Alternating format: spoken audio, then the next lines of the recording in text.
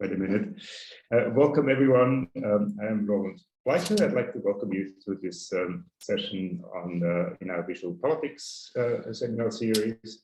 I am very delighted to co-host the session today with Cormac Opdebeeck-Wilson. As Roland mentioned, this seminar series is run from the University of Queensland in Brisbane, Australia, where some of us are meeting in person today. So I'd like to start by acknowledging the Turrbal and the Yagara people, who are the traditional owners of the land on which we gather here in Brisbane, and pay our respects to their ancestors and descendants.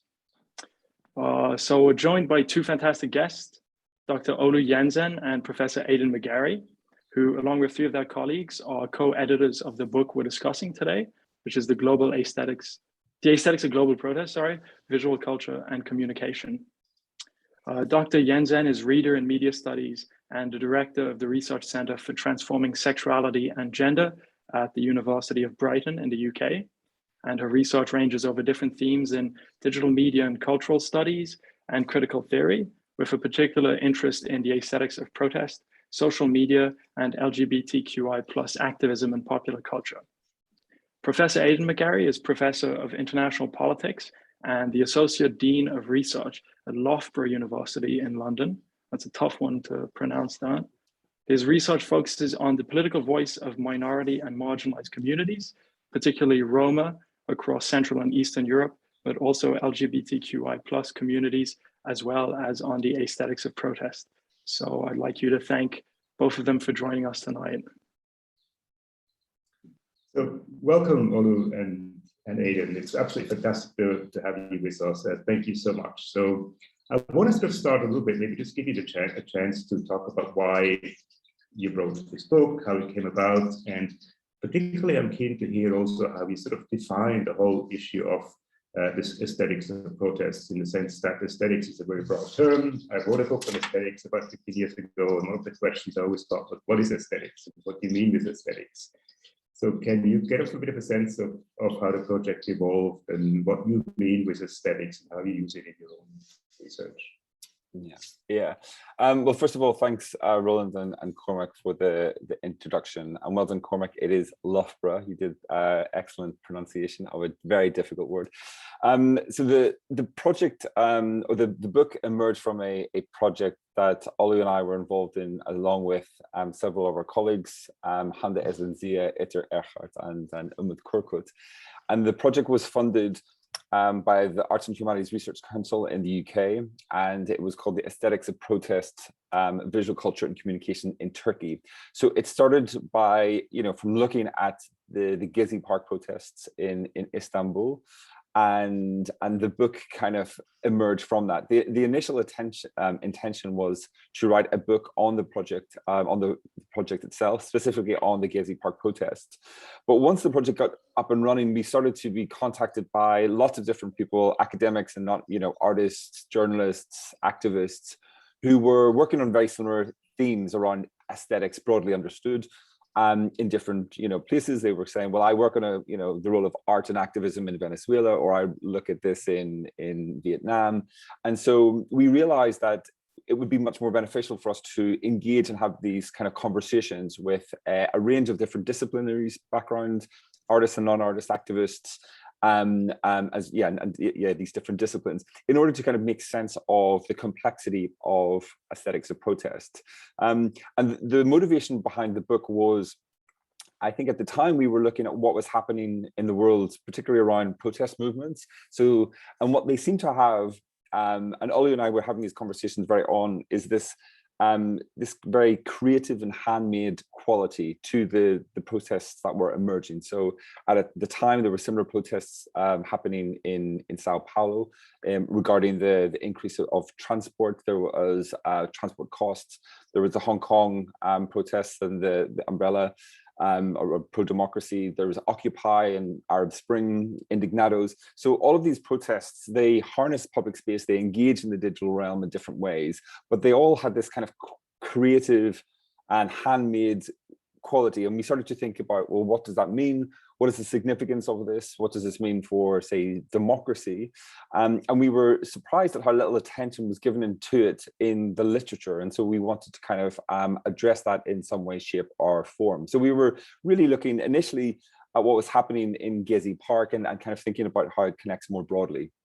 In terms of what aesthetics of protest are, I mean, this was something that I think when we started the book, we still didn't know exactly what it was. And I think by the end, we don't come up with a very definitive definition, because, I mean, coming up with a conceptual definition is you're kind of hostage to fortune, because you want it to be defined so people can understand it. But at the same time, if it's too broad, too diffuse, then it becomes meaningless. And so I think there was quite a lot of disagreement across us, because we all come from different disciplinary backgrounds as well. But when we looked at the literature on aesthetics, it tended to focus on aesthetics as a quality or a taste or a style, and we thought that it really failed to capture the complex communicative and performative processes that you see in protests.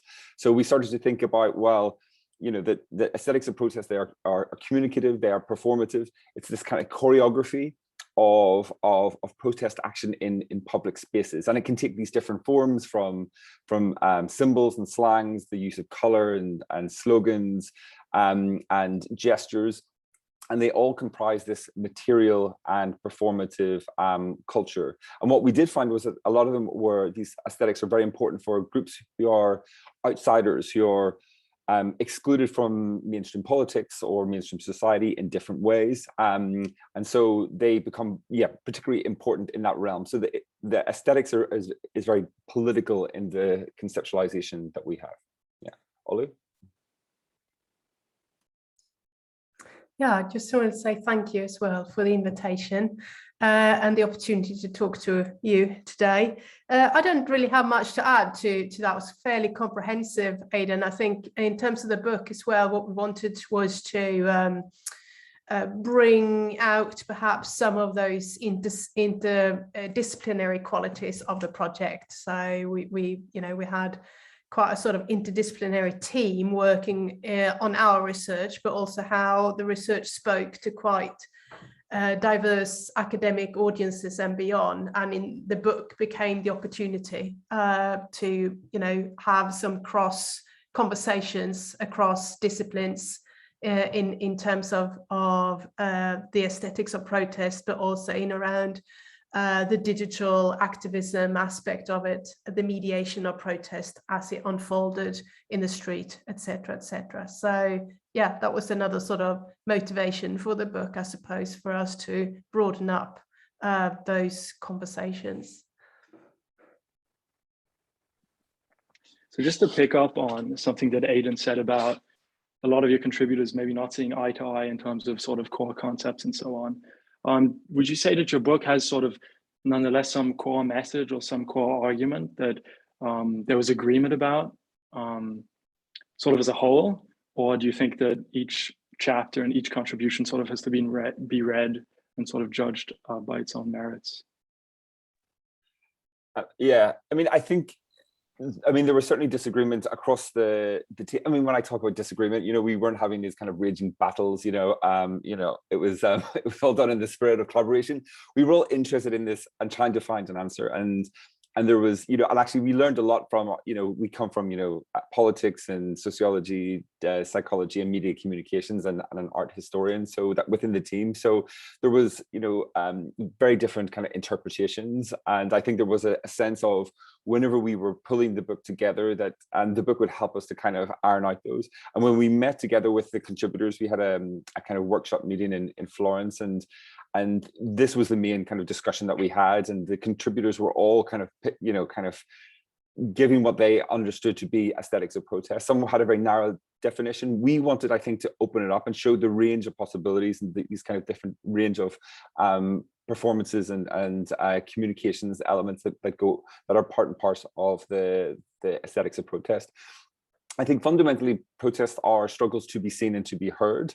And I think that one of our main kind of, arguments or contributions is the role of aesthetics in allowing that to happen. So I think a lot of social movement theory and concepts in social movements, they tend to be quite instrumental in orientation. And a lot of the questions that are asked in social movements are much more, well, you know, do these different action repertoires like petitions or boycotts or occupations, do they work, and if so, under what conditions? And we didn't want to do that. We didn't want to think about aesthetics as instrumental, but we wanted to show how aesthetics are useful in allowing the expression of people's voices, for allowing people to be visible, to be recognized, to build solidarity, to articulate or negotiate their collective identities in different settings.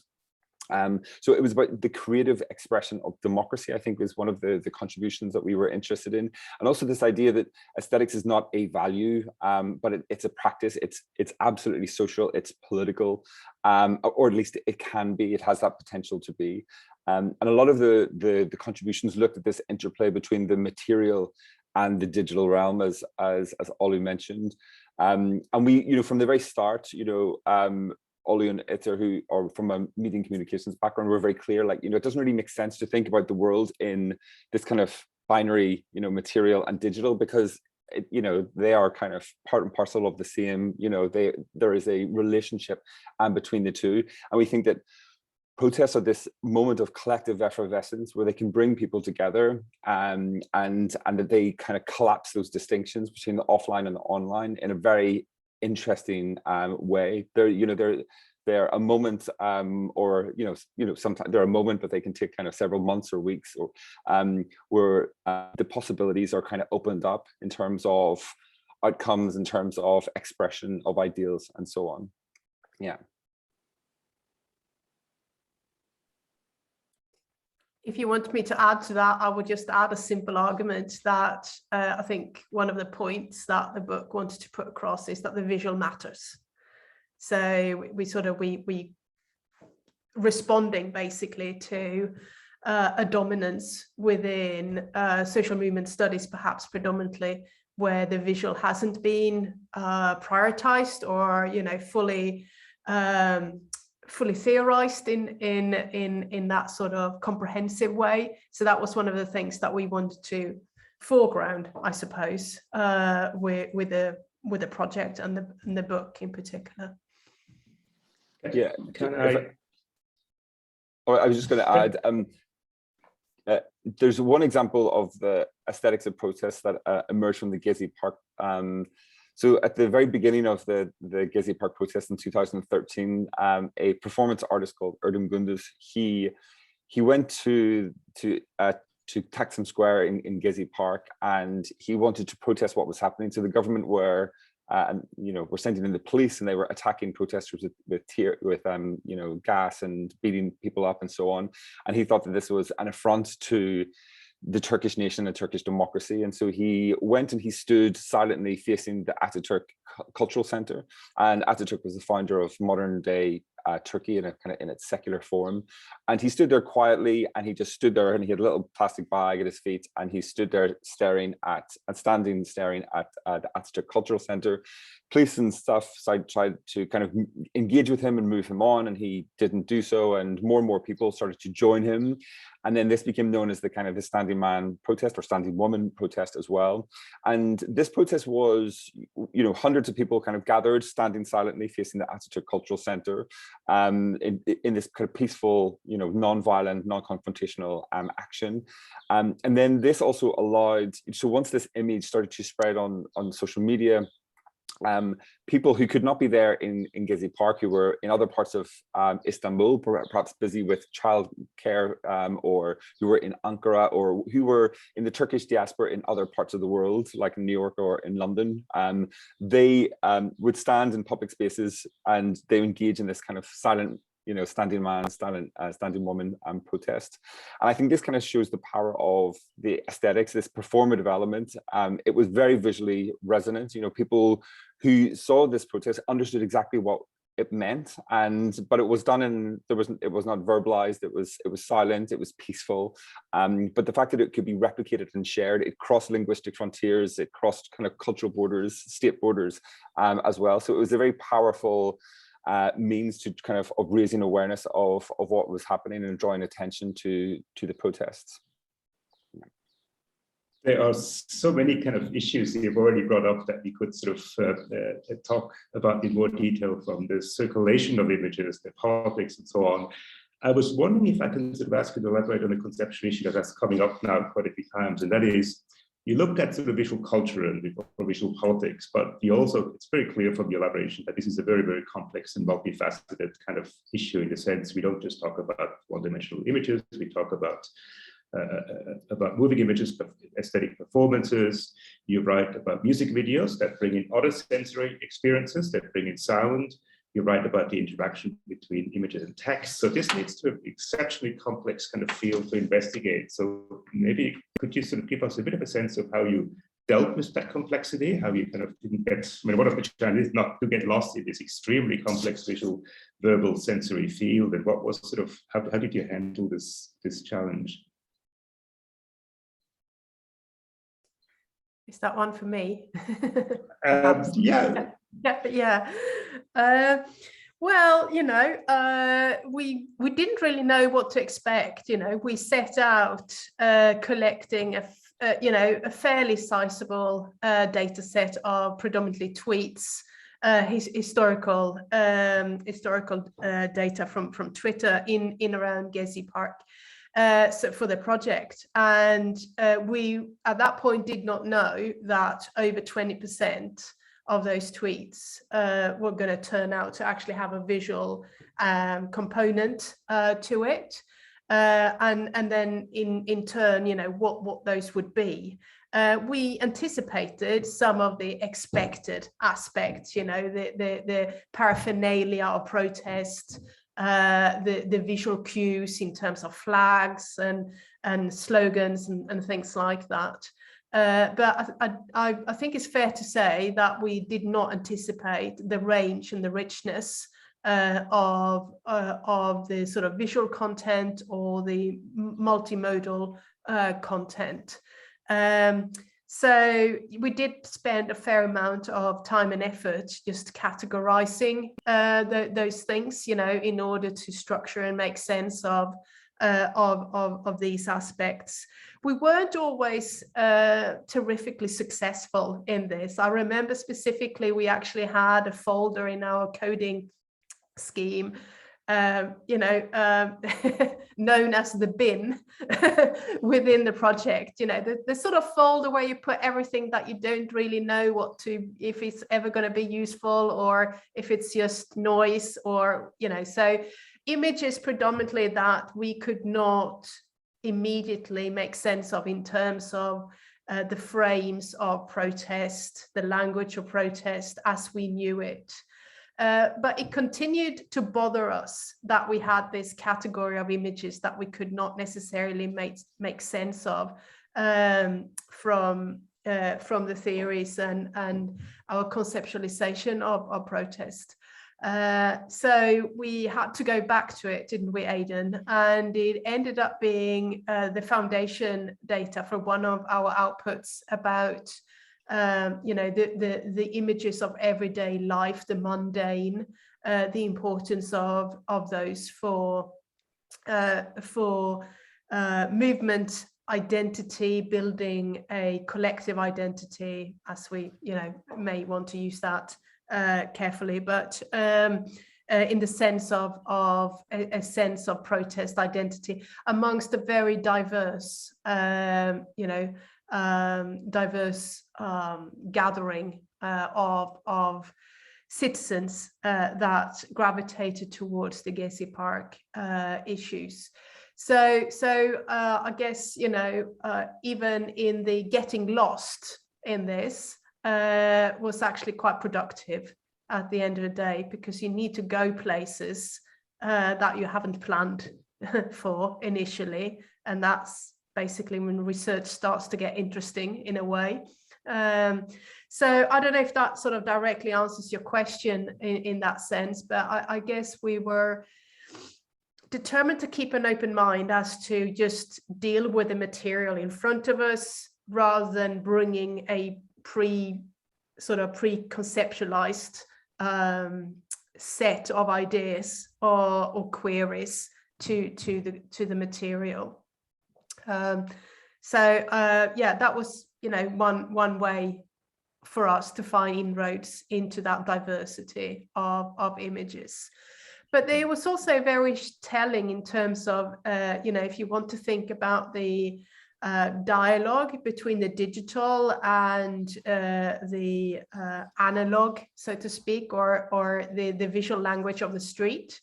Because we found, for example, several instances of digital artwork that were purely constructed in the digital, that were meant to completely replicate the aesthetics of street graffiti, for example. So a lot of images that people, the general audience, perceived as being photographs of street graffiti in Istanbul were never on the walls of, you know, Istanbul buildings. Those were digital creations from the outset, but they served the purpose of linking the digital and the material, if you like, of the different components of the protest in interesting ways.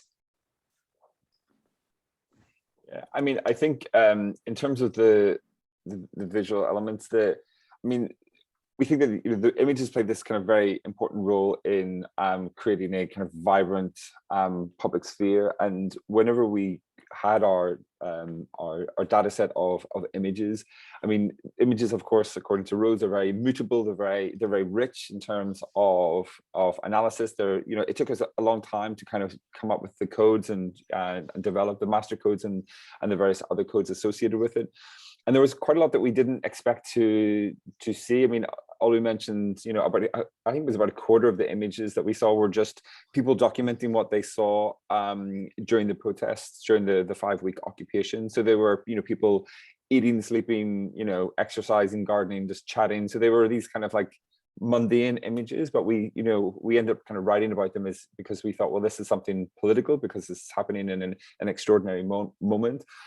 We were also quite surprised at the number of anti-Gezi tweets and images. So there was about 20% were anti-Gezi. So these were pro-government supporters who were kind of trying to challenge the kind of the narrative of the Gezi protesters. And also there were some images which were used by both sides. So, for example, there was one image of a young heterosexual couple sleeping on the outside of a tent and during the day, and this was shared on social media, and it was just, you know, people, you know, sharing that, you know, what was happening during the occupation, and then it was used by pro-government supporters to say, well, look, this couple are having sex in public, and this is how awful these Gezi Park protesters are. So the same image was presented in different ways, one to show quotidian life, and the other to kind of argue that they were, you know, these kind of ne'er-do-wells, that they were this kind of unsavory element in society, which, you know, and of course contesting the truth of what happened through the image. You know, we'd never quite seen that before. That was really interesting as well. Cormac, did you have one more? I think we have one more question before we open it up to everyone, but maybe Cormac has a final one. We have about 10 more questions. Cormac and I carefully read your book, obviously, and in fact, we're using it in our teaching in the class on the politics of nonviolent protest that Cormac and I co-teach. So we have so many questions we could go on for another 3 or 4 hours, but maybe Cormac has one more before we open it up to everyone. Well, maybe I can sneak 2 in, but the first one is just very briefly, just to pick up on where you left off, Aidan. Were videos sort of used in the same way by both sides, or was that sort of media not, you know, were they not able to recontextualize it in a way to change the narrative that was unfolding in the video? Because in videos there's more, you know, information, and it's maybe, you know, harder to like repurpose it for different ends. But I don't know if you came across that. And then my other question was going to be about more the practical side of it. And so you talked about how your conceptual frameworks, you know, didn't take account for these pictures that wound up in the bin, I think you called it. I was wondering if external factors to the work itself, you know, in broader academia sort of limited what you're able to do. So I know that ethics processes with pictures are very complicated, with photographs, say, and publications have different rules about photographs and stuff. So do you feel like in this book you were able, in the chapters that you would control over, to use the visuals that you would have liked to, in the ways you would have liked to have used them, or did you feel constrained by these external factors?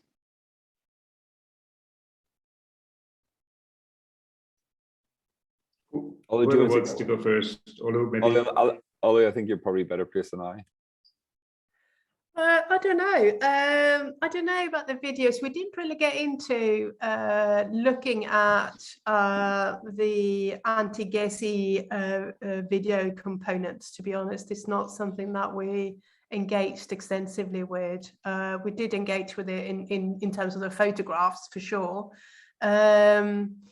And it was quite often, visually stark language in the form of different types of collages, and just wanting to show up contrast and things like that.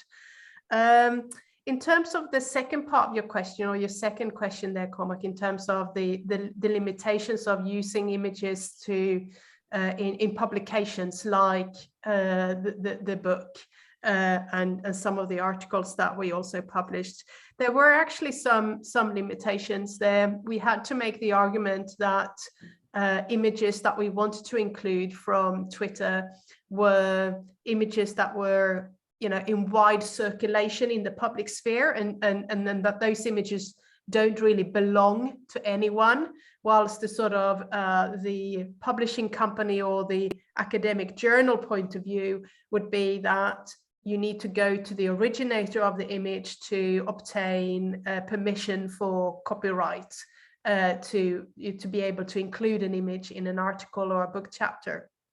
But what that threw up was a real problem in around ethics and safeguarding, because if we were to attribute some of these images to individuals, we would directly put them at risk. Because they deliberately, obviously, had disseminated these images in ways that could not be traced back to them as originators for good reasons. So it would have been quite unethical for us as academics and researchers to undo that by insisting on, can I please have a signed form where you acknowledge your, attribution to this particular image? That potentially, if unlikely, could later on be utilized, in a legal scenario, for example, or let alone having your image your name in print associated with a particular image. So that whole thing would be utterly completely unthinkable for us, because in a way that it will compromise potentially compromise the safety of those who had produced the images, who were by and large activists participating, or bystanders participating in these protests, and other similar protests that were dealt with in the book as well. So yes, we had to make a case for these things, and that that was, we were fairly successful in doing that. We were able to include some images on the basis of them being widely circulated in the public sphere online without traceability. But there were some other images that we had to give up on, and not utilize. So so you win some and you lose some. But overall, I think that was a sort of an interesting thing to come up against. We were also having to be extra careful, and I'm sure Aidan could speak more to this, because of, although the time frame for when the images were from was an historical time frame in terms of 2013, by the time we were conducting the research, there were new political developments, particularly in Turkey and around the coup, etc., that utterly and completely framed our research in ways that we had to, we had to contend with, that we had to relate to, and that meant that we had to be extra careful in around some of the components that we had originally planned. So our participant recruitment, for example, had to be redesigned in light of that, and a few other things that we had to adapt to in terms of how the political climate had changed. So yeah, those were some aspects of that. I hope that kind of answers your question in a way. Yeah, just to follow up briefly on that, as Olu mentioned, the context was that we did the research was quite difficult because we were doing it at a time. Erdogan was he was the prime minister during Gezi, but then he became the president, and there was a coup, and that meant that there was essentially a state of emergency and in Turkey, and lots of laws could be rolled out. So essentially he could do whatever he wanted. So there was a huge media kind of clampdown. This is in the context of Academics for Peace as well. So anyone who signed this Academics for Peace document could be put in jail. And this happened to some of our collaborators, work colleagues who worked in the same department. Any mention of Kurds or anything, or Kurdistan or anything like that, which came up in some of our publications, was also a worry. Our researcher was, concerned about even going to Turkey in case they wouldn't be able to come back to the UK. So this was the kind of the context that we were working in. Our final workshop event that we organized, we organized one for the book in Florence. That was because we were worried about going to Istanbul, and then when we did organize something in Istanbul, we organized it at the Swedish embassy because it was embassy soil, it was Swedish soil, so no one could kind of come in and do something to us. So this was the kind of the broader context. It also meant that anything to do with images, there was a huge clampdown by Erdogan and on Twitter especially. So people would be stopped in the streets, their Twitter would be opened up, and they would look and see what they would, this was happening during and after Gezi. So and a lot of the kind of so this was something that we had to negotiate, and we had to tell the HRC that we wouldn't, as a principle, of course we're committed to open research, but we were so worried about our interviews and our surveys and our images being out in the public. So as as an HRC funded project, we should have everything open access. And Olu and I are very committed to that, but we had to make the argument and say we don't want it was too hard to even redact it. So in the end, we made the case, and the HRC said, okay, well, because of the context that and safety to others, that was okay. And finally, just whilst we faced issues in terms of Twitter and images, a lot of our collaborators, like Tessa and Noah and others and Simon, they would either have the images themselves and be able to share them, so they would be able to kind of get permission from the artist or the photographer in question. I think Katie had maybe taken some of the images in the Ardoin protest in Belfast, but I think it was the Gezi was the one that was the most kind of issues in terms of copyright, but actually trying to find the artist to get permission to use it is not easy either. It's like a lot of emails. Look, before we open it up for discussion with everyone, two quick things. First of all, to say that Olu and Aidan's book, The Aesthetics of Global Protest, is accessible free access at the University of Amsterdam Press. If you can't find the URL, send me an email, or I'm sure Olu Aidan would be happy to give it to you as well. You can actually read it free access. It's wonderful to have books actually accessible for people to read. I think that should be a much more widely practiced thing.